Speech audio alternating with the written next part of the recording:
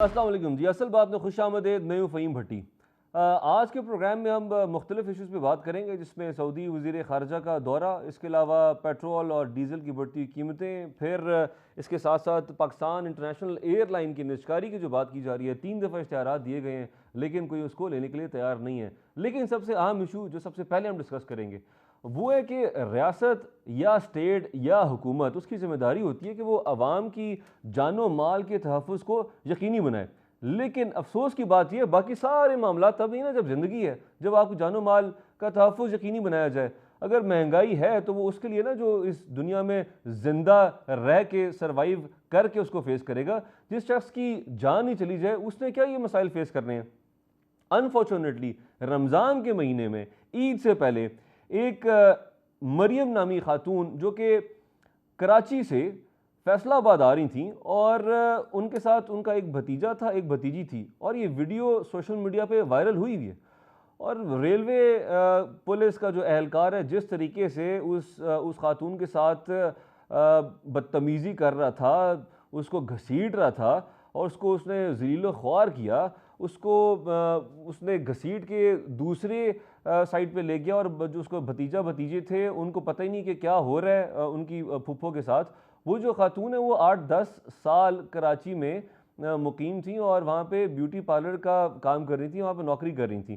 तो ये वाक़या कुछ ऐसे शुरू हुआ था, हम आपको बात भी कराएँगे। जो वहाँ के हमारे नुमाइंदे इस वक्त उस फैमिली में उनके घर पे मौजूद हैं, जो कि उन खातून के जिनकी हलाकत हुई है, उनके जो भाई हैं उनसे ही बात कराएँगे। उनके मुताबिक हुआ ये था, इनके पास टिकट नहीं था, और जो उनका भतीजा है उसके बकौल इनका पर्स चोरी हो गया था। और टिकट ना होने की वजह से जब टिकट चेक करने के लिए स्टाफ आया, उन्होंने वहाँ से उनको उठाया, तो वो ज़मीन पे बैठ गई, ज़मीन में बैठ के नमाज़ पढ़ रही थी, तो वहीं से उसके बाद दोबारा से वो दूसरी जगह पे जाके बैठी, तो उसके बाद वो खातून गायब हो गई। उसके बाद फिर फ़ोन आया इनके भाई को कि जी आपकी जो बहन है उनकी डेथ हो चुकी है, और वो उन्होंने खुद से छलांग मार दिया। और रेलवे का ऑफिशियल उस पर स्टैंस ये है कि वो जो खातून थी, ज़हनी तवाज़ुन उनका ठीक नहीं था। अगर ज़हनी तवाज़ुन ठीक नहीं था, सवाल ये पैदा होता है कि वो फिर कराची 8-9 साल से काम कैसे कर रही थी, उनका भतीजा उनकी भतीजी उनके साथ कैसी थी, वो अकेले सफ़र कैसे कर रही थी। उनकी जो डेड बॉडी है वो आज 2 हिस्सों में हो चुकी उस ट्रैक की वजह से। तो अब तक अनफॉर्चुनेटली एफआईआर नहीं दर्ज हुई। दरखास्तें दी गई हैं, एफआईआर दर्ज नहीं हुई है। इस पे सबसे पहले बात करने के लिए हमारे साथ मौजूद हैं असद खरल साहब, इब्राहिम बेग साहब, नौशाद अली साहब जी। वेलकम कहते हैं तमाम मेहमानों को। नौशाद साहब, स्टेट की जिम्मेदारी नहीं है अवाम की जानो माल का तहफ़्फ़ुज़ यकीनी बनाना, और ये जो वाक़या है अभी तक एफआईआर दर्ज नहीं हो सकी।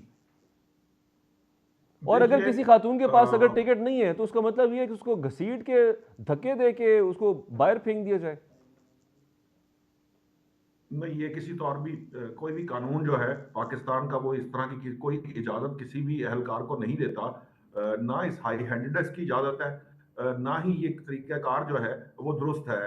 हमारे मुआशरती मामलात के अंदर भी, हमारे मज़हबी मामलात में भी और कानूनी मामलात में भी। मसला ये है कि हमारे यहाँ ये जो पुलिस का रवैया है, अनफॉर्चुनेटली एक ज़माना था, कहा जाता था कि जो पुलिस है उसकी सैलरीज़ बहुत कम हैं, उनके रिसोर्सेज़ नहीं हैं, जिसकी वजह से जो है वो पुलिस इस तरह के काम में जो है वो इन्वॉल्व होती है कि ये हाई हैंडेडनेस करती हैं, ये रिश्वत लेते हैं, ये बहुत सारे 8-10 साल पहले या दूसरे जो हुकूमतें 2-3 गुजरी हैं, उसमें पुलिस को रिसोर्सेज भी दिए गए हैं, पुलिस को उनकी तनख्वाहें भी बेहतर की गई हैं, लेकिन उसके बावजूद पुलिस कल्चर जो है उसको तब्दील नहीं किया जा सकता। ये बदकिस्मती है हमारे मुल्क की। और ये जो रेलवे पुलिस का जो मामला है, मुझे ये समझ में नहीं आई कि रेलवे के पुलिस एहलकार जो है वो इस हद तक जिसे कहते हैं कि जानवरों वाला सलूक कैसे कर सकता है किसी इंसान के साथ। देखिए, अगर किसी के पास कोई टिकट मौजूद नहीं है और वहां पर उसकी कंप्लेन की गई है,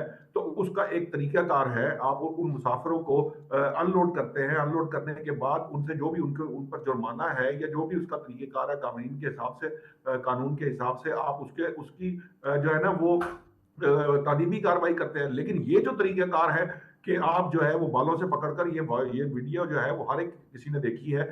आपको ये किसने इख्तियार दिया है कि आप जो है वो ना सिर्फ खातून के साथ बदतमीजी करें, आप उनके साथ हाई हैंडेडनेस करें, आप उनको बालों से पकड़कर घसीटें। और ये जो अब रेलवे, पाकिस्तान रेलवेज का मौकफ आपने मुझे बताया है, मैं तो हैरान रह गया हूँ, शशदर रह गया हूँ ये सुनकर कि वो कैसे ये बात साबित कर दी उन्होंने और कैसे ये मौका इख्तियार किया कि जी इनका ज़हनी तवाज़ुन दुरुस्त नहीं वो है। निशात साहब, उनके पास कोई देखिए टेक्नोलॉजी ये बहुत एडवांस अवेलेबल होगी ना, जिसने डेड बॉडी के पोस्टमार्टम में बता दिया कि खातून का जो है जहनी तवाज़ुन ठीक नहीं था। असल में ये ना अपेरेंटली तो ऐसे हमारे ही यहाँ लग रहा है। ये दकियानूसी टेक्नोलॉजी है जिसको हम छोड़ने को तैयार नहीं है कि हमारे यहाँ ये मिजाज बन चुका है कि अथॉरिटीज जो है वो अपने मुलाजमीन को अनड्यू जो उनका काम है उसके ऊपर भी प्रोटेक्ट करने की कोशिश करते हैं। रेलवेज अगर किसी अहलकार ने को गलत काम किया है, किसी भी इदारे के अहलकार ने को गलत काम किया है, तो असूली तौर पर उस इदारे को उसके खिलाफ तादीबी कार्रवाई करनी चाहिए, उसको उसके किए की सजा मिलनी चाहिए, उसको कैफरे किरदार तक पहुंचाना चाहिए ताकि वो दूसरों के लिए मिसाल बन सके। ये जो फोर्सेस हैं खास तौर पर जो जो जिनके जिनके हाथ में अवाम का तहफ़्फ़ुज़ होता है, उनके हाथ में चूंकि ताकत होती है, इसलिए उनका एहतसाब इससे भी कड़ा होना चाहिए जितना ठीक किसी है। और आम दूसरे महकमे में हो सकता है। लेकिन अनफॉर्चुनेटली हमारे यहाँ ये मिजाज पाया जाता है कि हम अपने सबॉर्डिनेट्स, अपने जूनियर्स की जो गलत कारियां हैं उन पर कोई पर्दा डालने की कोशिश करते हैं। अब ये जिस तरह की कहानी घड़ने की कोशिश की है, ना सिर्फ ये शर्म का मुकाम है, बल्कि मैं तो ये समझता हूँ कि जिस किसने ये मौका अपनाया, अब उसको भी जो है ना हायर अथॉरिटीज उसका की जहनी जानिब से, तवाज़ुन भी देखना हुकूमत की चाहिए। जानिब से उनको भी इंसाफ के कटहरे में खड़ा होना किया जाना चाहिए कि ये केस खराब करने वाला मामला है। ठीक और है। एफआईआर का जो डिले है उसके ऊपर भी एफआईआर होनी चाहिए कि जो मुतल्लिका मुलाजमीन हैं जिन्होंने ये एफआईआर दर्ज नहीं की उनके खिलाफ भी कार्रवाई हो, ताकि ये जो निजाम है इसके अंदर कोई बेहतरी लाई जा सके, किसी को मिसाल बनाया जा सके और कानून की जो अमल दरामद का मसला है हमारे पाकिस्तान के अंदर उसको इंश्योर किया जा सके कि हर सूरत में कानून अपना रास्ता देगा, कानून पर अमल दरामद होगा। ये तरीकाकार जो है ना ये इसने ही हमें ठीक इस है, नहज तक पहुंचा मैं दिया है वापस आता कि हूँ शुक्र आपकी है जानिब। व्यवहार बना हुआ है। ठीक है खरल साहब, ये मैं for the sake of programme नहीं कर रहा बात, मेरा यकीन करें कि इस वक्त खून खोल रहा है। ये क्या किसी ख़ास ख़ानदान या किसी बड़े ख़ानदान या किसी बड़ी शख्सियत, अहम शख्सियत की औलाद होती या किसी बड़े ख़ानदान से होती, तो क्या इस वक्त खामोशी से मीडिया में भी इतनी कवरेज इसको ना मिल रही होती? इसी तरीके से रेलवे का मौक़िफ़ ये आता कि इस खातून का जहनी तवाज़ुन ठीक नहीं था, और किसी की हिम्मत होती कि एक मर्द जो यूनिफॉर्म में है, पुलिस अफसर, वो एक खातून को घसीट रहा है, जलील कर रहा है, धक्के दे रहा है, उसको बालों से पकड़ रहा है। देखिए बिल्कुल कभी ऐसा ना होता। आपको पता है ड्रोन यहाँ पे तो टकरा जाए तो जमीन तंग कर दी जाती है। यहाँ पे गलती से कि ड्रोन किसी को लग जाए तो किसी लीडर को या किसी की खानवादे की किसी फैमिली को। मामला ये है कि जो आप बात की बुनियाद कहाँ से शुरू होती है। बुनियाद ये है कि रेलवे जो है वहां पे पुलिस जो तैनात है उसके दौरान उसका पर्स जिसके अंदर उसका टिकट और बाकी चीजें थी वो चोरी हो जाता है। पहले उनका पर्स चोरी किया जाता है तो वो रेलवे पुलिस जो है क्या यानी वहां पे भी बंदा महफूज नहीं है अपने जो सामान की जो पर्स उसका है उसके अंदर टिकट और बाकी चीजें हैं वो चोरी हो जाता है। पैसे चेक थे, किया ज्वेलरी जाता है, थी, जी चेक हाँ। करवाया जाता है पहली बात। उसके बाद उसी चीज को बुनियाद बनाकर उसको बच्चों के बजाय उसको अलहदा ले जाया जाता है, फिर उसके साथ जो सलूक किया जाता है और फिर उसके बाद जो और भी चीजें हैं वो पोस्टमार्टम की रिपोर्ट के बाद सामने आएंगी। लेकिन वो उसको ये कहना कि ज़हनी तवाज़ुन उसका दुरुस्त नहीं था, 9 साल से ब्यूटी सैलून का काम कर रही थी, घर में तो नहीं बैठी थी, तो क्या क्लाइंट जो है एक पागल आदमी उनका इलाज कर रहा था, यानी उनका जो है मेकअप, जी हाँ। उनको कर रहा था, डील कर रहा था। तो ये किस तरह का एक आपने कवर अप करने के लिए बजाय उन बंदों को एग्जाम्पलरी पनिशमेंट दी जाती, एक पूरा इदारा जो है उस बंदे अपने को बचाने के लिए और उसकी बेल होगी, क्योंकि बेल अभी कत्ल का मुकदमा तो दर्ज नहीं हो रहा और उसके लिए हदूद का तयन पड़ा हुआ है कि वो भावलपुर में मुकदमा होगा या कहाँ पे होगा, सिंध में होगा या पंजाब में होगा।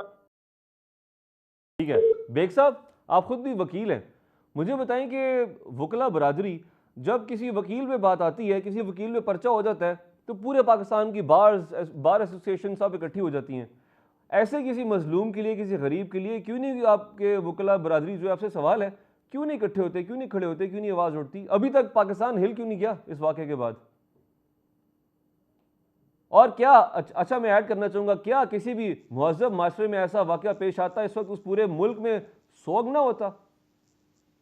नहीं, यकीनन मैं कहता हूँ कि देखिए पहली बात तो ये है कि वो कहते हैं उसका दिमागी तवाज़ुन तशद्दुद पुलिस वाला कर रहा है, घसीट हो रहा है, मार उस औरत को हो रहा है और दिमागी तवाज़ुन औरत का खराब करार दिया जा रहा है। अफसोस की बात यह है, देखिए हमने 75 साल में रियासत को कैसे चलाया, जिस तरह से रियासत और हुकूमतें चलाई गई उसी तरह का मुआशरा वजूद में आ चुका है। अब उसका रिजल्ट सामने है, अब फल पक चुका है और अब खा रहे हैं उसको। देखिए, हमने गैर आइनी तौर पे रियासत को चलाया, हुकूमतों को चलाया, हमने गैर कानूनी तौर पे रियासत और हुकूमतों को चलाया, हमने गैर कानूनी गैर आइनी हुकूमतें बनाई, उनको चलाया गया इस मुल्क में। गैर अखलाकी तौर पे इस हुकूमत को, यहाँ पे हुकूमतों को और रियासत को चलाया गया। तो अल्टीमेटली हमें एक्सपेक्ट करना चाहिए कि एक स्टेज आएगी जब यहाँ का मुआशरा बिल्कुल पागलपन की तरह, बिल्कुल पागलों की तरह चलेगा। ये पागलपन की इंतहा है जो आपने देखा, और यहाँ पे नहीं हो रहा है, हर जगह पे हो रहा है। और आप कुछ अरसा पहले भावलनगर का वाकया देख लें, इसी तरह के वाकयात हो रहे हैं हर जगह पे। बाकी आपने पूछा कि वकील वकील का साथ देता है, पुलिस पुलिस का साथ देती है, कोई इदारा इदारे का साथ देता है। देखें, ये इदारे नहीं हैं, वकील के इंस्टीट्यूशन हवाले नहीं से है। मेरा सवाल ये था बेग साहब कि अगर किसी मजलूम के साथ इस कदर जुल्म हो, जो गरीब हो, जो बेसहारा हो, जो जिसका ताल्लुकात कॉन्टैक्ट्स ना हो, अप्रोच ना हो, तो ऐसे लोगों के लिए वकला क्यों नहीं इकट्ठे होते? क्योंकि यहाँ पे नहीं, जालिम को मैं ये कहता पता हो हूँ कि कोई ऐसी बरादरी है, वकला बरादरी है, वो साफ़ी बरादरी है, कोई ऐसी कोई NGOs हैं, डेवलपमेंट सेक्टर है, जो कि वैसे तो इश्यूज़ पे, मामलात पे आवाज़ उठाते हैं, उनको खौफ हो कि कम से कम ये लोग हरकत में आ जाएंगे, ये आवाज़ बन जाएंगे मैं मजलूम की। मैं कहता हूँ कि हम माफियात बन चुके हैं। हम पुलिस वाले का साथ देता है, किसी और महकमे का साथ देता है, मजलूम का साथ देने के लिए कोई तैयार नहीं है। ठीक है, वकीलों का भी यही हाल है। ठीक मैं है, कहता हूँ वकीलों को भी यही काम करने चाहिए। और महकमों को देखें, वर्दी में लोग मार रहे हैं, औरतों ठीक है, को, बच्चों को, बंदों ठीक को है बेग वर्दी में साहब, मार रहे हैं। Point taken. वर्दी जो कि प्रोटेक्शन की निशानी है। ठीक है, जिसने औरत को, बंदे को, इंसान को बचाना है, वो उसको मार रहा है, उस पर तशद्दुद कर रहा है, और ठीक है, पूरा रेलवे वहां पे लोग देख रहे हैं, और शर्म नहीं आ रही किसी को छुड़ाने के लिए। अल्टीमेटली वो बेचारी कूद पड़ी, या उसको धक्का दिया गया, खुदकुशी पे मजबूर किया गया ताकि वो मर जाए, इस दुनिया से चली जाए। ये हमारे लिए इंतहाई शर्मनाक बात है, शर्म की बात है। किसी भी पॉइंट टेकन बेग साहब। सिविलाइज्ड मुल्क में ब्रेक का ऐसा वक्त हुआ नहीं चाहता है होता। यहाँ पे बेग साहब, नाज़रीन हमारे साथ ही रहिएगा, ब्रेक का वक्त हुआ चाहता है। बैग जी, अब कुछ सियासी मामला पे नज़र डाल लेते हैं और डिस्कशन कर लेते हैं। निशाद साहब, PI की फ़रोख्त के लिए तीसरी दफ़ा इश्तिहार दिया गया है और मौक़िफ़ ये हुकूमत का कि जी बड़ा इंटरेस्ट शो कर रहा है प्राइवेट सेक्टर, लेकिन तीसरी दफ़ा इश्तिहार देने की फिर वजह क्या है? कोई बात क्यों नहीं चल रही आगे? क्या PI को कोई नहीं ख़रीदना चाह रहा? देखिए, पीआईए एक ऐसा इदारा है जिसको खरीदने से पहले ये चाहे जितने मजीद दावे किए जाएं कि बहुत लोग जो हैं वो उसको पीआई को खरीदने में दिलचस्पी रखते हैं, यकीनन दिलचस्पी रखते होंगे, लेकिन जिन टर्म्स एंड कंडीशन पे वो पीआई को खरीदेंगे उस पे शायद हमारे लिए मुश्किल हो जाए, क्योंकि एक बहुत बड़ा मामला ये भी है कि आपको मालूम है कि पाकिस्तान पीपल्स पार्टी हुकूमत की इत्तेहादी है, और पाकिस्तान पीपल्स पार्टी निजकारी के अमल में हुकूमत का साथ नहीं देगी। ये उनकी पार्टी पॉलिसी है। सो अल्टीमेटली इनको उस लेवल तक लाना पड़ेगा जहां पे इस तरह के मामलात को देखा जाए, जहां पे जो आपको पता ही है कि वो कितनी कितनी ओवर स्टाफिंग है पीआईए के अंदर। तो उस ओवर स्टाफिंग को मैनेज करके कोई इस तरह का फॉर्मूला निकालना पड़ेगा जिसके जरिए पीआईए की निजकारी की जा सके। तो अब जो ये कभी एक कंपनी बनाकर ये सारा उसका जो डेट है वो किसी और कंपनी को शिफ्ट कर दिया जाता है, फिर उसके बाद इसके सारे मामलात को वो उनकी कोशिश है कि इसकी निजकारी जल्द अज जल्द हो जाए, लेकिन ये उसी सूरत में मुमकिन होगी जब कोई ऐसा तरीकाकार इख्तियार किया जाए जिसमें पाकिस्तान पीपल्स पार्टी भी जो है ना वो हुकूमत के साथ खड़ी हो निजकारी के वक्त के अंदर, और फिर जो है वो निजकारी की जाए तो मुमकिन होगा। तो उसके लिए ये मुख्तलिफ तरह के हरबे हीले जो है वो नया फार्मूला आता है, फिर उसके बाद वो फार्मूला जो है वो काबिल कबूल नहीं होता, जो इत्तेहादी जमातें हैं या उनके मामलात खराब हो सकते हैं आपस में, जिसकी वजह से फिर एक नया फार्मूला ऑप्ट किया जाता है। मसला ये है कि मेरी राय ये है कि किसी भी तरह से पीआईए को हमें फौरी तौर पर जो है ना वो निजकारी उसकी होनी चाहिए ठीक है, at all cost by all means. ठीक क्यों? है, क्योंकि ये एक ऐसा इदारा है जो हमें बुरे तरीके से ब्लीड कर रहा है, और इसका एक्सचेकर पर जो लोड है अकेले इस इदारे का वो अनबेरेबल है, वो उसकी कोई तुक नहीं है इस इन हालात में, जिस हालात से हमारी इकोनॉमी इस वक्त जो है ना गुजर रही है। ठीक है। खैरल साहब, क्या कितना ज़रूरी है, नुशाद साहब से आप एग्री करते हैं कि पाकिस्तान पीपल्स पार्टी को भी नून लीग ऑन बोर्ड लेती? और ये भी कॉमन परसेप्शन है, कॉमन परसेप्शन क्या ये रियलिटी भी है कि पाकिस्तान पीपल्स पार्टी के दौर में भर्तियां दबा की हुई थी PIA के महकमे में, तो क्या यही मेन वजह पाकिस्तान पीपल्स पार्टी इसके खिलाफ है, ख़ास तौर पर PIA की प्राइवेटाइजेशन के हवाले से? देखिए, इसमें कोई शक नहीं है कि भर्तियां दबा की हुई थी, और दुनिया का कोई भी अगर स्टैंडर्ड ले किसी भी एयरलाइन के हवाले से, तो हर जहाज के ऊपर जो अगर लोग हैं तो मेरा ख्याल है 250-300 के करीब एक जहाज के ऊपर लोग जो है पाकिस्तान जो एयरलाइन इंटरनेशनल एयरलाइन है उसके ऊपर हैं। और भर्तियों में तो कोई शक नहीं है कि वो नून लीग का दौर है या पीपल्स पार्टी का दौर है हुई। लेकिन मामला ये जो है कि पीआईए की जो निगरानी है पीपल्स पार्टी इसलिए भर्तियों की वजह से नहीं है कि वो शायद नून लीग का साथ न दे, उसके लिए और भी बहुत सारे मफादात हैं। जिसकी छोटी सी एक मिसाल मैं दे देता हूँ कि पाकिस्तान स्टील मिल जो है उसको प्राइवेटाइजेशन की लिस्ट से क्यों निकाल दिया गया है? क्या वो खसारे में नहीं जा रही? इसलिए निकाल दिया गया है।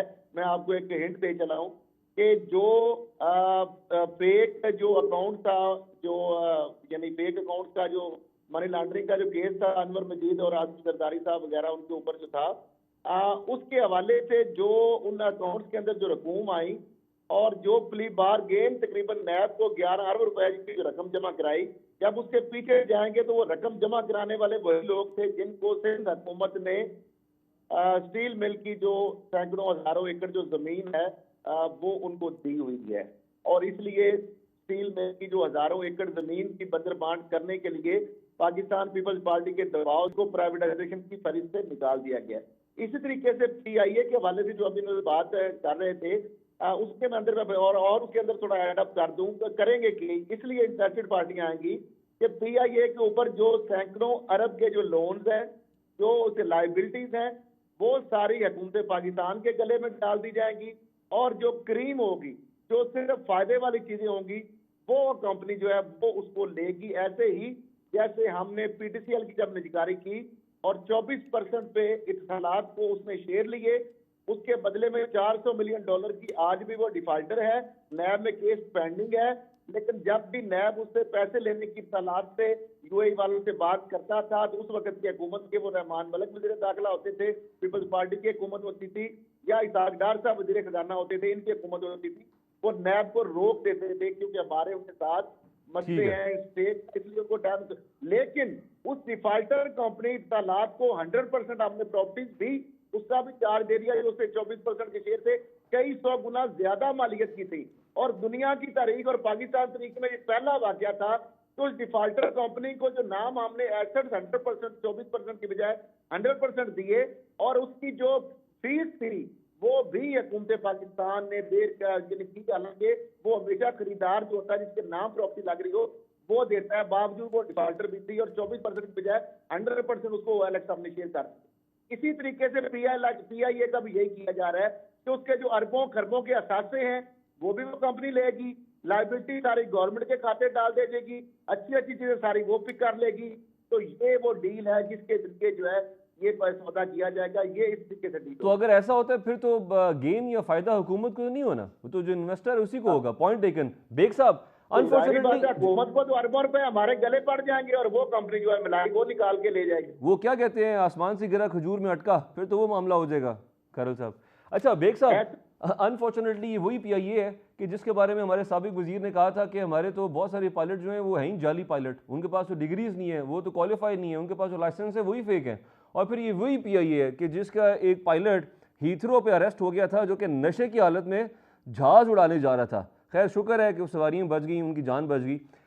अनफॉर्चुनेटली आप किसको जिम्मेदार समझते हैं कि आज जिस जगह पे पीआईए खड़ी है, क्या सियासी लीडरशिप जो हमारे हुकूमत वक्त होती थी, या फिर जो वज़ीर आज़म वज़राए आज़म होते थे, जो वज़रा होते थे, या फिर जो ब्यूरोक्रेसी है वो इसके जिम्मेदार आप समझते हैं? और आज देखें ये हाल है कि तीसरी दफ़ा इश्तिहार दिया जा रहा है, कोई लेने को तैयार नहीं है पीआईए को। देखिए इसमें कोई शक की बात नहीं कि हुकूमतों का काम कमर्शियल चीज़ों को चलाना नहीं है, बिजनेस करना नहीं है, कमर्शियलिज्म नहीं है। हुकूमतों का काम है हुकूमत चलाना। ये जो कमर्शियलिज्म है, ये जो बिजनेस है, ये इंडस्ट्रीज़ हैं, ये सारा कुछ प्राइवेट इदारे चलाते हैं। लेकिन हर चीज़ के ख़रीदने का टाइम होता है, हर चीज़ के बेचने का एक टाइम होता है। जब उसको बेचा जाना चाहिए तो हम उसको इतना डिले कर देते हैं, इतना डिले कर देते हैं कि अल्टीमेटली जब बेचना चाहते हैं तो लोग ख़रीदते नहीं हैं। यही हाल पीआईए का हो रहा है, यही हाल बाकी इदारों का होगा। एक बात।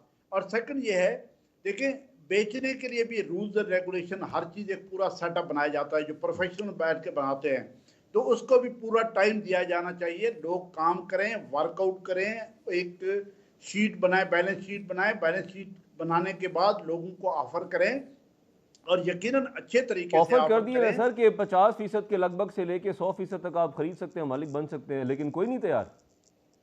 लेकिन बात यह है कि आपने इतना खराब कर दिया है पीए को, जैसे आपने इसका हवाला दिया, मेरे जहन में भी यही था, जब पिछली हुकूमतों में आपने पायलट्स को जी ये निशात साहब, कह मैं आपकी दिया जाने कि ये बात हूँ सारे जी। के सारे अनट्रेंड हैं, जी ये हाँ। पायलट्स अनट्रेंड हैं, ये जो मैनेजमेंट है ये इंतहाई वीक है, लोग करप्ट हैं, बैलेंस शीट खराब हो चुकी है, आपके एयर होस्टेसेस और पायलट बाहर जाके छुप जाते हैं, नशे करते हैं, जहाज़ों को गिराते हैं, तो उसके बाद आप मुझे बताएं पीए को खरीदने के लिए 1 ठीक है। लाख दफा लोग सोचेंगे। ठीक। आपने अपना केस खुद खराब किया है, पहले अपना अपना केस ठीक करें, अपनी प्रेजेंटेशन ठीक करें। आप लोग अंधे नहीं होते जो खरीद रहे होते हैं, जो बिजनेस कर रहे होते हैं, उन्होंने अपनी हर चीज, वो इससे पहले भी बहुत सारे बिजनेस कर रहे जी ठीक होते है। हैं, उनको हर चीज का पता होता है। पॉइंट तो टेकन। आप जब तक उसको प्रेजेंटेबल नहीं बनाएंगे तब तक कौन खरीदेगा इसको। हर चीज को आप प्रेजेंटेबल बनाएं, अपनी शीटें तैयार करें, लोगों को बताएं कि ये प्रेजेंटेबल है, प्रॉफिटेबल है, आप इसे प्रॉफिट कमा सकते हैं, हमें भी दे सकते हैं, अपने घर भी ले जा सकते हैं, वो तब कोई अगर चीज अगर बिकेगी, इतना वरना नहीं बेग बिकेगी। साहब, अगर इतना नॉलेज होता तो ये उसको चला लेते ना बेहतर तरीके से। जी निशात साहब। नहीं देखिए, ये थोड़ा सा ना हमें चीज़ों को ज़रा रैशनल अप्रोच के साथ देखना चाहिए। पहली बात तो ये है कि मेरा नहीं ख्याल कि गवर्नमेंट ऑफ पाकिस्तान जो है वो 100% शेयर जो है ना वो उसके देना चाह रही है। अभी तक की जो मेरी इतलात है उसमें 51% शेयर के साथ मैनेजमेंट दी जाने की बात हो रही है, और इसी के ऊपर शायद इत्तेफाक किया जाएगा। एक बात। दूसरी बात ये है कि ये ना हमारे यहाँ एक और मिसकंसेप्शन है, हमारे यहाँ लोग जो है वो इस चीज़ अच्छा को निशात समझते साहब, नहीं है जिस माजरत के तरह साथ आप एक दफे correct me if I am wrong, 51 से लेके 100 तक की ऑप्शन मौजूद नहीं है इन्वेस्टर्स के पास। नहीं नहीं, मेरा ये ख्याल है कि ये 51% विद मैनेजमेंट जो है ना, ये ऑप्शन है। 52% भी शायद नहीं है इसके अंदर। हो सकता है कोई ऐसी पार्टी आए जो फॉर सम रीजंस, अगर इसकी कोई ऐसी चीजें कि 60% या 70% या कोई बात ऐसी हो जिसके बारे में मेरे मेरे पास कोई इतलात नहीं है, कोई ऐसी पार्टी वो दे और उसकी क्या रीजंस होंगी और क्यों लेंगे, अच्छा। वो क्यों इतने परसेंट शेयर ले सकते हैं या लेना चाहते हैं, तो फिर तो ठीक है। मामला। अभी सिर्फ 51% की बात मेरी इल्म में है। देखिए, ये हमारे यहाँ मिसकंसेप्शन है। आपके पास, जब आपके पास एलएनजी खरीदने के लिए या आपको जो एलएनजी देने को तैयार नहीं था, आपको याद होगा गुज़िश्ता एक दौरे हुकूमत गुजरा है, उससे पहले एलएनजी के कुछ मुआहदे किए गए थे कतर के साथ, और बड़ा शोर होगा था हमारे यहाँ पे कि जी बहुत महंगी एलएनजी ले ली और पता नहीं क्या कर लिया, और फिर जब उनको खंगाला गया तो बीच में से कुछ भी नहीं निकला। इसी तरह से ये जो मामलात होते हैं ना कि आप निजकारी कर रहे हैं और कोई जनाब बिल्कुल कोई ऐसी वो जिसे कहते हैं कि कोई को पूछने वाला ही नहीं होगा और उसका कोई जानने वाला ही नहीं होगा और वो बड़ा ही कोई इस तरह की निजकारी हो जाएगी। देखिए, सबसे ज्यादा इंपॉर्टेंट बात क्या है, अगर कोई ये समझता है कि अरबों खरबों के असासे हैं किसी चीज के, तो वो अरबों खरबों के असासे जो है वो किसी काम के क्यों नहीं है? क्यों वो इदारा जो है उसके पिछले 3 साल के अंदर वो हमें 500 अरब रुपया ब्लीड कर गया, यानी 500 अरब रुपया हम सिर्फ पीआईए का अदा कर रहे हैं 3-4 सालों के अंदर। तो हमें इस हद तक जो ब्लीड करने वाला, जो आपके सामने इकोनॉमी की ठीक है। पोजीशन क्या है, हमें तो हाथ जोड़कर पीआईए को देना चाहिए। ये जो बातें हैं ना सासों वाली और इधर उधर की, ये सारी चीजें डिफरेंट तरह से तय हो रही हैं। जो रूजवेल्ट होटल है उसकी बात हो रही है, वो अलहदा स्टे इसके अंदर शामिल है, उसका अपना एक अलहदा तरीकेकार है। इसी तरह से इसकी जो प्रॉपर्टीज है वो अलहदा है। जो स्टील मिल वाला मामला है, स्टील मिल के अंदर स्टील मिल का सबसे बड़ा प्रॉब्लम उसकी वो स्ट्रेटेजिक लैंड है, जिसकी वजह से उसकी जो है ना निष्कारी का मामला ठीक है, हर पॉइंट दफा टेकन। जो। निशात साहब हाँ। आगे चलते हैं। अच्छा ये बताइए कि हमने पीपल्स पार्टी नून लीग का जिक्र किया, बलूचिस्तान में डेडलॉक सामने आ गया और हुकूमत साजी के हवाले से जो पीपल्स पार्टी है उसका मौक़िफ़ ये है कि नून लीग से जो एग्रीमेंट हुआ था, अंडरस्टैंडिंग जो हुई थी, वो उससे ज़्यादा वजारतें मांग रही है। तो आपको लगता है कि डेडलॉक ख़त्म हो जाएगा? देखिए, जहाँ तक बलूचिस्तान का मामला है, मैं नहीं समझता कि वहाँ पे कोई बहुत ज्यादा कोई डेडलॉक जो है ना वो प्रॉब्लमेटिक भी होगा। आपको पता ही है कि बलूचिस्तान के मामलात जो हैं वो बाकी तमाम सूबों की निस्बत और तरह से तय किए जाते हैं। वहाँ हुकूमतें बनती भी जैसे हैं और ख़त्म भी जैसे होती हैं, और वहाँ पे जो सिस्टम है वो बिल्कुल डिफरेंट है। वहाँ एक जो इन पार्टियों के अलावा भी बहुत सी चीज़ें ऐसी हैं जो शामिल हाल रहती हैं। तो इसलिए मुझे नहीं लगता कि वहाँ वजारतें किसी को मिलें ना मिलें। अगरचे वहाँ पे यही हिसाब होता है कि जितने असेंबली मेंबरान हैं तकरीबन वो सारे ही वजीर होते हैं। तो इसलिए मेरा नहीं ख्याल कि इसके ऊपर कोई डेडलॉक पैदा होगा। अगर फर्ज कीजिए कुछ वक्त के लिए कोई पार्टी असर्ट करेगी कि हमें ये चाहिए या वो चाहिए। आपने देखा था कि मुत्तहिदा कौमी मूवमेंट जो है वो भी शुरू में इस हुकूमत के बनने से पहले बहुत कुछ एक्सपेक्ट कर रही थी। इसी तरह कुछ इत्तेहादी जो है वो भी बहुत कुछ एक्सपेक्ट कर रहे थे, लेकिन उनको हिस्सा बकदर जुस्सा ही मिला है। इसी लेकिन तरह से निशात साहब नून लीग को फ़र्क है भी ना, वही अ, चीजें लेकिन एमक्यूएम में और इसमें नून लीग में फ़र्क है ना। नून लीग के पास वज़ीर आज़म यकीनन पाकिस्तान फर्क है, है, उनके पास आपकी बात सीएम दुरुस्त है। पंजाब है, उनके पास हुकूमत है। तो इस सियासी मैच्योरिटी के उस लेवल तक कब पहुंचेंगे हमारे सियासतदान या हमारी पॉलिटिकल पार्टीज? अब यहाँ पे क्या ज़रूरत पेश आ गई है उनको ज़्यादा वजारतें मांगने की? देखिए सवाल ये है। ये सारी चीजें हो सकता है कि वो वहां वजारतें मांग के बाद में वो उतनी ही वजारतें लें और उसकी जगह कहीं और फायदा लेने की कोशिश करें। आप पीपल्स पार्टी की बारगेन भी तो देखें। पीपल्स पार्टी भी तो अपनी बारगेन जो है वो बेहतर अंदाज से करती है। हर जमात ये चाहती है कि जब वो अपना आप जो है वो किसी के साथ ठीक है, मिलाकर चला रही है तो वो मैक्सिमम अटेन कर सके। ठीक है। खरल साहब, क्या नून लीग को आप क्या समझते हैं कि क्या ज़रूरत पेश आ गई है? क्या उनको लालच है बलूचिस्तान में वजारतें ज़्यादा मांग रहे हैं जब उनके पास पूरा पाकिस्तान है, वज़ीर आज़म उनका है? देखिए, वजीर आजम उनका है, सदर पाकिस्तान पीपल्स पार्टी का है, तीनों सूबों के गवर्नर जो हैं, पंजाब का, सिंध का और खैबर पख्तूनख्वा, वो पीपल्स पार्टी के पास हैं। उसके साथ जो चेयरमैन सेनेट है वो पाकिस्तान पीपल्स पार्टी के पास है। डिप्टी चेयरमैन सेनेट और जो डिप्टी स्पीकर कौमी असम्बली है वो पाकिस्तान पीपल्स पार्टी का है या उनका मर्जी का है। बलूचिस्तान हुकूमत उनके पास है, सिंध हुकूमत उनके पास है।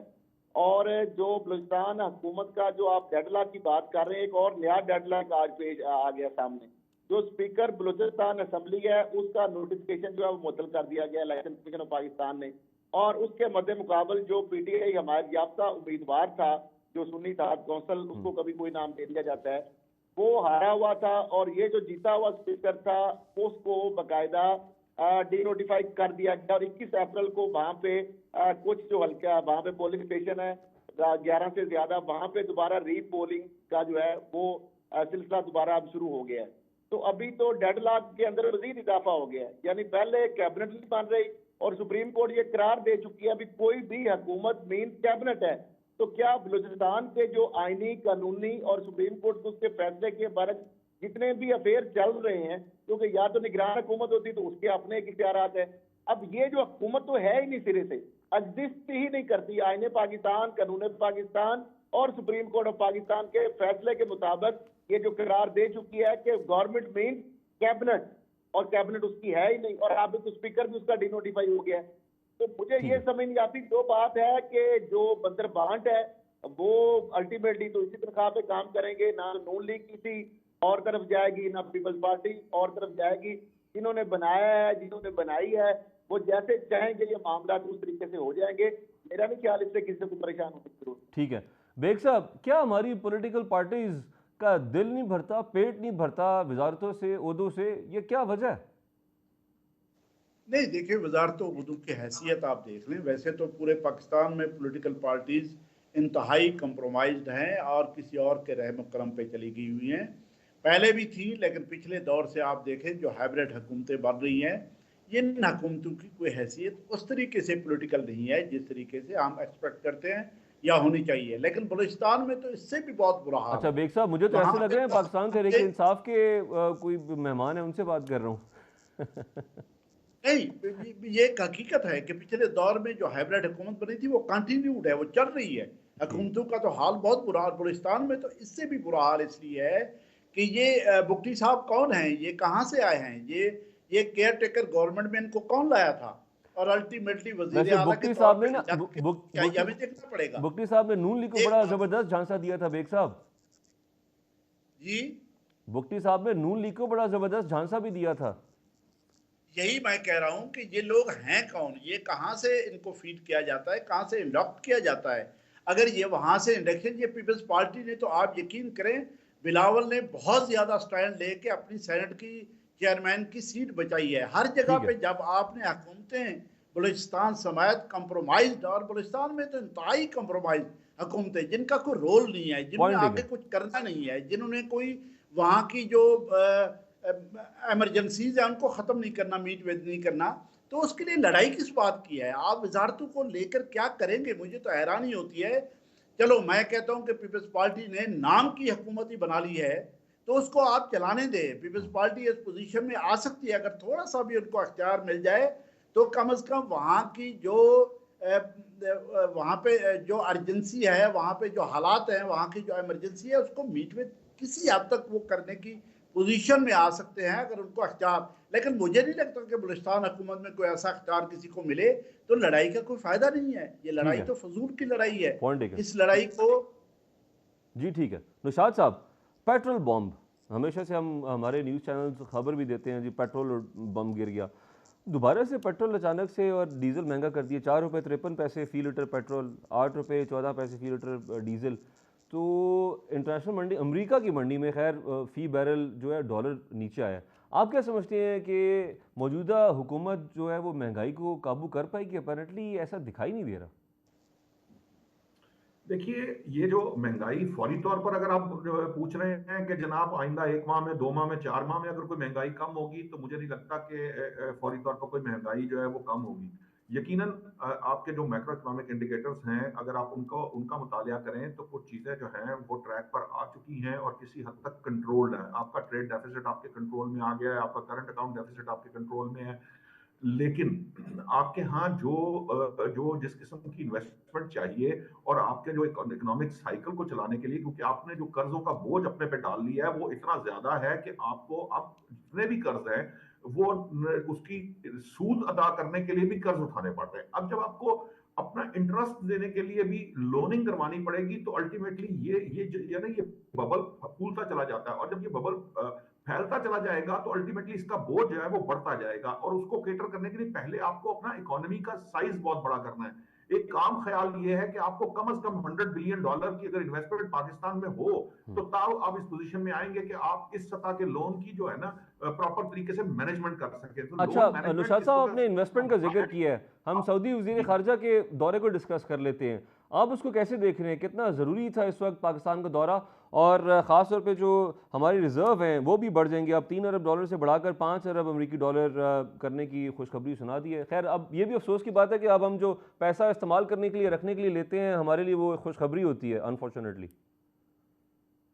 जी, यकीनन इसके ऊपर काफ़ी अफ़सोस माना जाना चाहिए कि हम किस हाल को पहुँच गए कि हमें जो है पैसे रखने के लिए भी जो हमें मिल जाए तो हम उसे खुशखबरी कहते हैं। लेकिन बहरहाल देखिए, बात ये है कि जब इस हुकूमत के जो भी पोज़ीशन बनेगी, वो उसी सूरत में बनेगी जब ये हुकूमत जो है वो इकोनॉमी जो है ना, मईशत, उसके महाज पर अगर ये कामयाब होगी, तो इसके लिए आगे चलना जो है ना ठीक वो है। मुमकिन हो पाएगा, और ठीक। उसके लिए ये हर तरह की कोशिश कर रहे हैं। सऊदीज अब इस वक्त आए हैं, ये इंतहाई अहम दौरा है। देखिए, बात 5 अरब 7 अरब डॉलर की जा रही है, लेकिन जब आप इकोनॉमिक उसके अंदर जाते हैं ना, वेंचर्स के अंदर जाते हैं, अगर आपके जो इकोनॉमिक मैनेजर्स हैं और आपके जो प्रपोज करने वाले जो जो लोग हैं, वो अगर उनमें एबिलिटी है, तो ये वो इस 5-7 अरब डॉलर को बढ़ाकर 10 अरब डॉलर भी कर सकते हैं, और फिर आइंदा के लिए मजीद उनको इन्वेस्टमेंट्स की पेशकश कर सकते हैं। अभी तक तो जहन बनाकर आए हैं, वो पीडीएम की हुकूमत के दौर के अंदर जो तहरीक आदम एतमाद के बाद बनी थी, वहां पर जो कुछ पेश किया गया था एसआईआरसी के अंदर, जिन चीजों के ऊपर डिस्कशन हुई थी,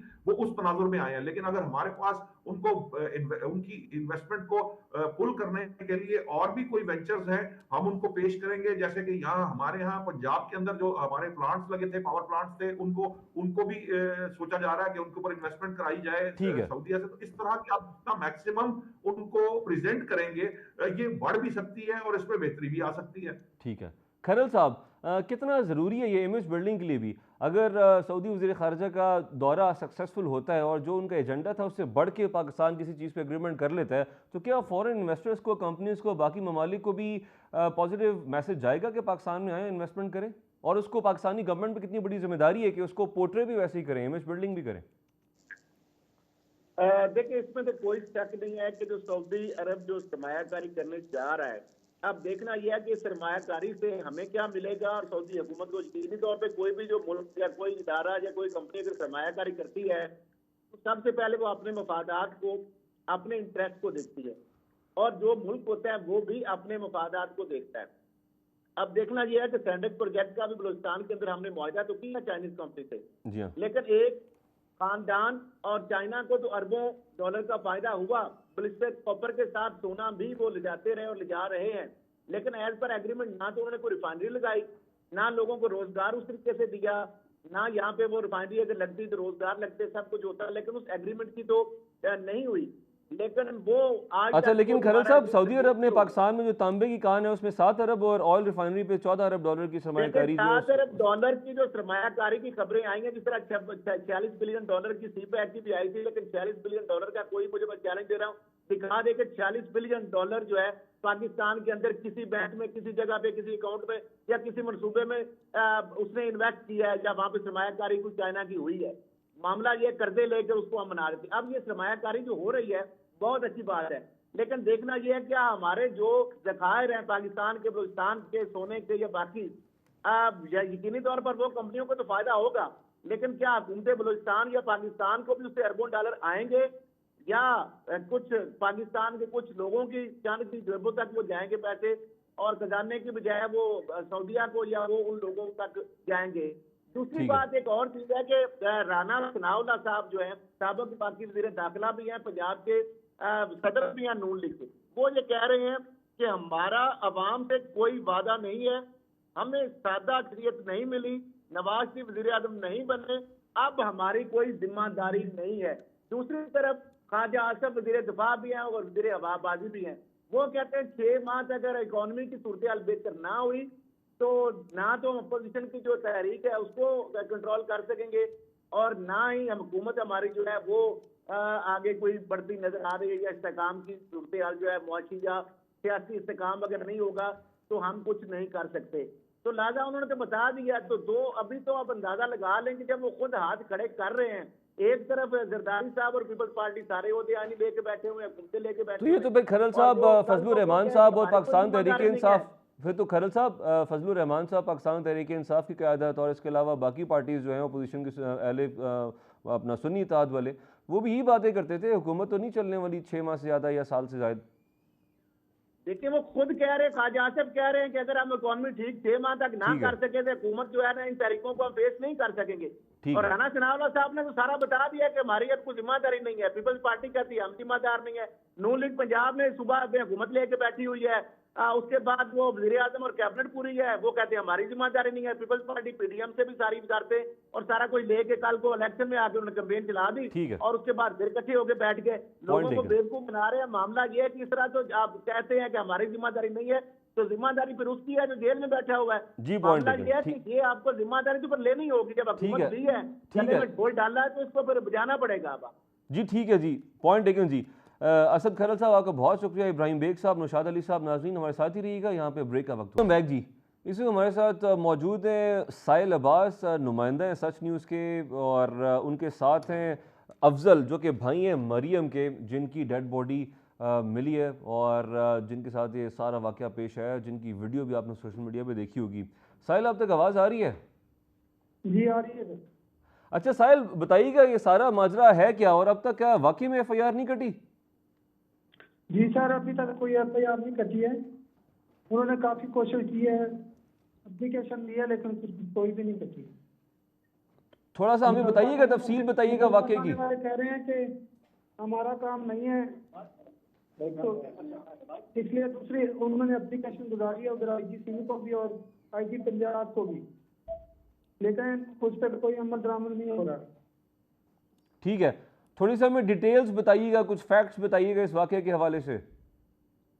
ये सर बेसिकली डेरा वाला करनवाई इलाका है, 642 की। तो सर उधर की मरियम बीबी खातून है, जो वो अरसा कोई 8-10 साल से ना कराची में पार्लर का काम कर रही थी। वो हर साल की तरह ईद घर मनाने आती थी। तो 7 अप्रैल को ये ट्रेन में सफर करती है मिलत एक्सप्रेस पे, जो फैसलाबाद आनी थी। उसमें उसके साथ एक उसकी भतीजी और भतीजा भी मौजूद थे।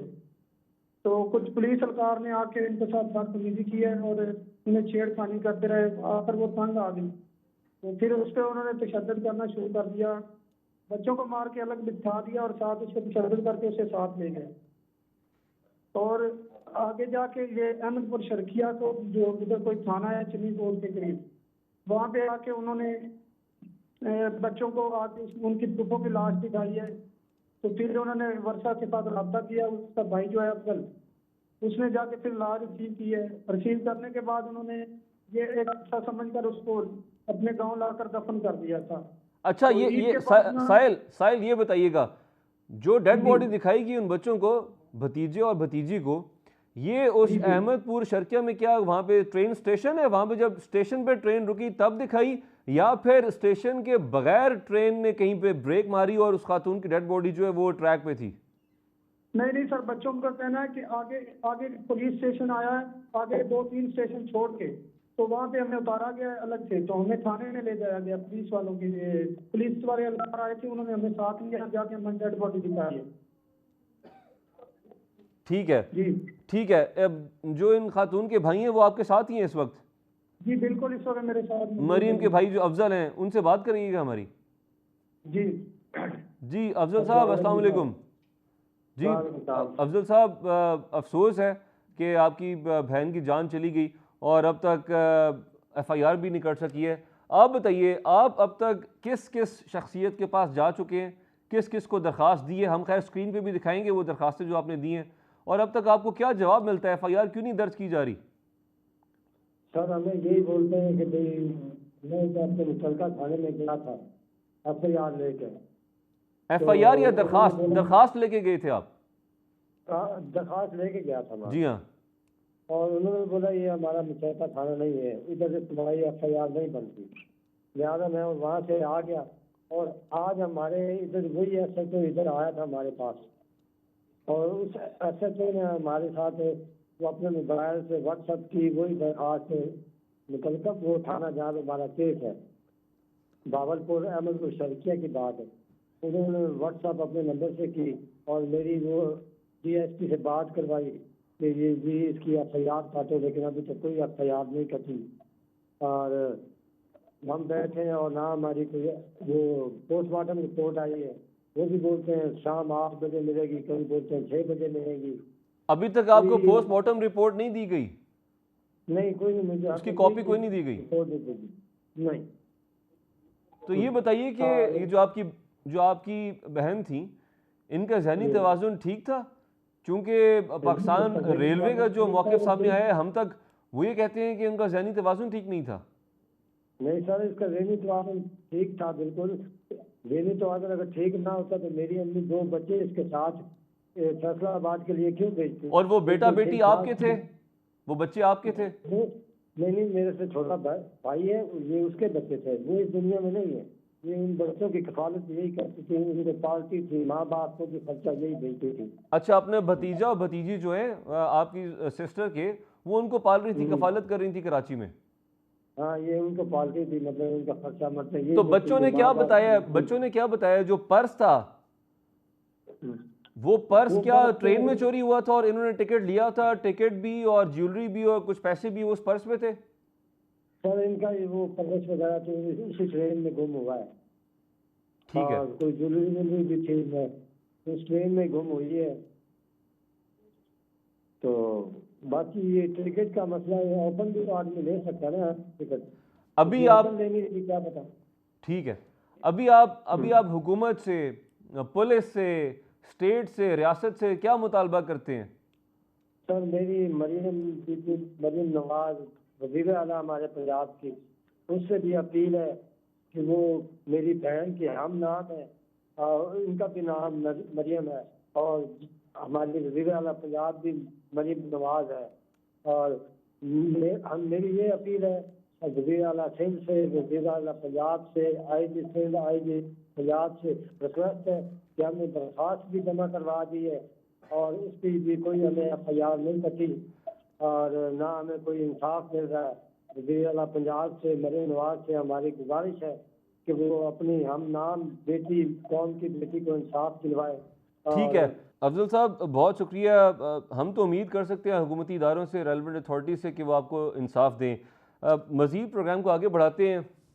हुकूमत पंजाब ने ऐलान किया कि हमने रोटी नान सस्ती कर दी, उसके बाद वफाक ने भी ऐलान कर दिया और KP में भी ऐलान हो चुका है। लेकिन जो नान बाई एसोसिएशन है उसका मौक़िफ़ जो अब तक हमारे सामने आया है वो ये है कि हुकूमत मज़ीद आटा सस्ता करे, और सिर्फ आटा नहीं है, इसके अलावा गैस के बिल्स हैं, किराए हैं, महंगाई है, और उस सूरत में हम लोग इस कीमत पे नान या रोटी हमारे लिए देना या बेचना बहुत मुश्किल है। ऐसी सूरत हाल में पंजाब में बहुत सी FIR भी दर्ज हुई हैं और जुर्माने भी किए गए हैं और गिरफ्तारियां भी हुई हैं। इस मामले पे बात करने के लिए हमारे साथ मौजूद हैं Kamran Safdar, deputy bureau chief Lahore एनजी सच न्यूज़ के, और आफ्ताब गिल साहब हैं जो कि नान बाई एसोसिएशन के सदर हैं। वेलकम कहते हैं जी आपको कामरान साहब और आफ्ताब साहब। आफ्ताब साहब आप बताइए कि क्या पॉसिबल है 16 रुपये फ़ी रोटी बेचना, इस पे आप मुनाफा कमा रहे हैं और ऐसा पॉसिबल होगा? जी बिस्मिल्लाहिर्रहमानिर्रहीम, बहुत शुक्रिया जी आपका। बात यह है कि जब हमारी जो डीसी साहब है, अभी तकरीबन चंद माह पहले इन्होंने एक नोटिफिकेशन किया था 20 रुपये रोटी का। उस वक्त आटे की कीमत जो है वो 2200 रुपये थी थैले की, और अभी भी जो रेट आटे का जो कम होके आया है तो वो यही कि 2200 रुपये आटे की कीमत हुई है। और रोटी जो है वो सिर्फ आटे से नहीं बनती, उसके बाद गैस के मसाइल हैं और बिजली महंगी हो चुकी है, गैस हमारी आती नहीं है, उसमें हम एलपीजी इस्तेमाल करते हैं। उसके बाद हम लेबर है, लेबर के अखराजात होते हैं, हर साल के बाद हमारे किराए बढ़ते हैं। इन चीज़ों को मेरा नहीं ख्याल कि हुकूमत ने जो है वो देखा है और उन्होंने एक खुद साख्ता नोटिफिकेशन कर दिया है जो तंदूर वाले के लिए बेचना बिल्कुल पॉसिबल नहीं है। अच्छा, मौक़िफ़ तो जो मीडिया में अखबारात में सामने आया है हुकूमत का, वो ये है कि जो नॉन पे एसोसिएशन है, जो स्टेक होल्डर्स हैं, उनको ऑन बोर्ड लिया गया है। सर मैं तो अगर पंजाब की बात करूं तो हमारे पूरे पंजाब में से किसी को ऑन बोर्ड नहीं लिया गया। लाहौर में हम बैठे हैं, 14 से 15 साल से हम एसोसिएशन चला रहे हैं, तो हमें तो बिल्कुल भी ऑन बोर्ड नहीं लिया गया जी। अगर ऑन बोर्ड लेते तो शायद इसके कोई बेहतर नताइज होते। तो गिल साहब, इसका मतलब ये हुआ कि अपेरेंटली ऐसा इम्पॉसिबल दिखाई दे रहा है कि तंदूर पे जो मुकर्रर करदा रेट है हुकूमत पंजाब की जानिब से, उस पे रोटी या फिर नान अवेलेबल हो, ऐसा ही है? देखिए मेरे भाई, बात यह है कि हमेशा जो हुकूमत रेट देती है वही तंदूरों पे इम्प्लीमेंट होता है, वही चलता है। लेकिन पहले तरीकाकार कुछ और है कि एसोसिएशन को बैठाया जाता है, कभी उनके साथ कैलकुलेशन ली जाती है, उनसे भी पूछा जाता है कि आपके अखराजात में मजीद कोई कमी हुई है या बढ़े हैं, उस सबको देख के मेरिट पे फैसला किया जाता है। इस बार ऐसा हुआ है कि एक नोटिफिकेशन जो है वो कुछ साख्ता बना के दे दिया गया है। मुझे पता है कि 20 से 4 रुपये रोटी की कमी कर दी गई।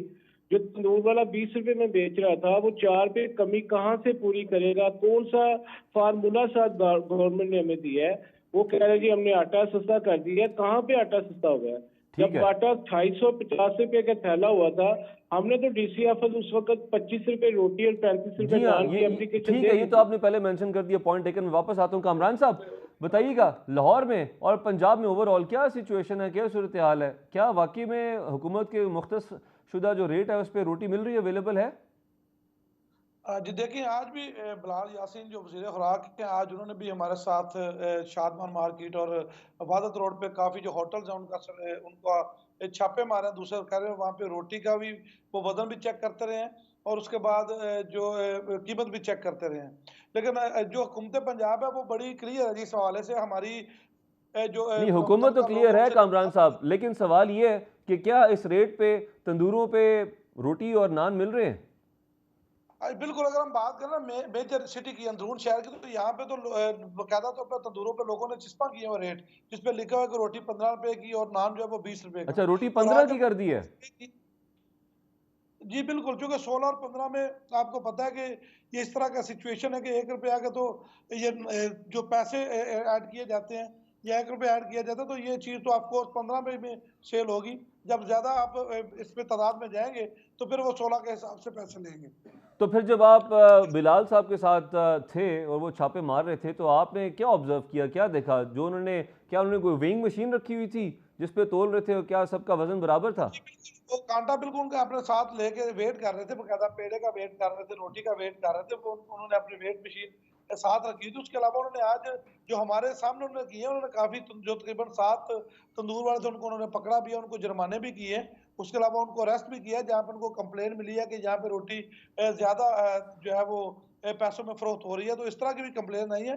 लेकिन हम अगर बात करें पिछले 2 दिन की, तो तकरीबन जो इसका दावा है पंजाब हुकूमत का, इन्होंने 3500 से ज्यादा इंस्पेक्शंस की हैं। 3500 से ज्यादा जो है वो स्टेशन उन्होंने चेक किए हैं। वहां पे उन्होंने 433 जो तंदूर मालकान है, ठीक है, पॉइंट टेकन। वक्त बहुत कम रह गया है। ठीक है कामरान साहब। गिल साहब, आप सदर हैं नान बाई एसोसिएशन के, आप क्या समझते हैं कि मौजूदा सूरत हाल में क्या प्राइस होनी चाहिए थी एक रोटी की और एक नान की? गिल साहब, कि हमारा तंदूर वाला जो है वो तो बेचारा एक मुझे स्टेट का रोब नहीं झेल सकता, तो एक जो मिनिस्टर लेवल के लोग जब तंदूर पे चले जाएंगे तो वो तंदूर वाले को अगर कहेगा ना तूने फ्री रोटी बांटनी है, वो फ्री बांटेगा बेचारा। उसकी ठीक क्या है, औकात है कि वो मिनिस्टर साहब का मुकाबला कर ले। ठीक है, लेकिन ये बताइएगा, वक्त खत्म हो चुका है, ये बताइएगा कि आप क्या समझते हैं, आपकी राय के मुताबिक रोटी का रेट क्या होना चाहिए अगर 16 नहीं तो?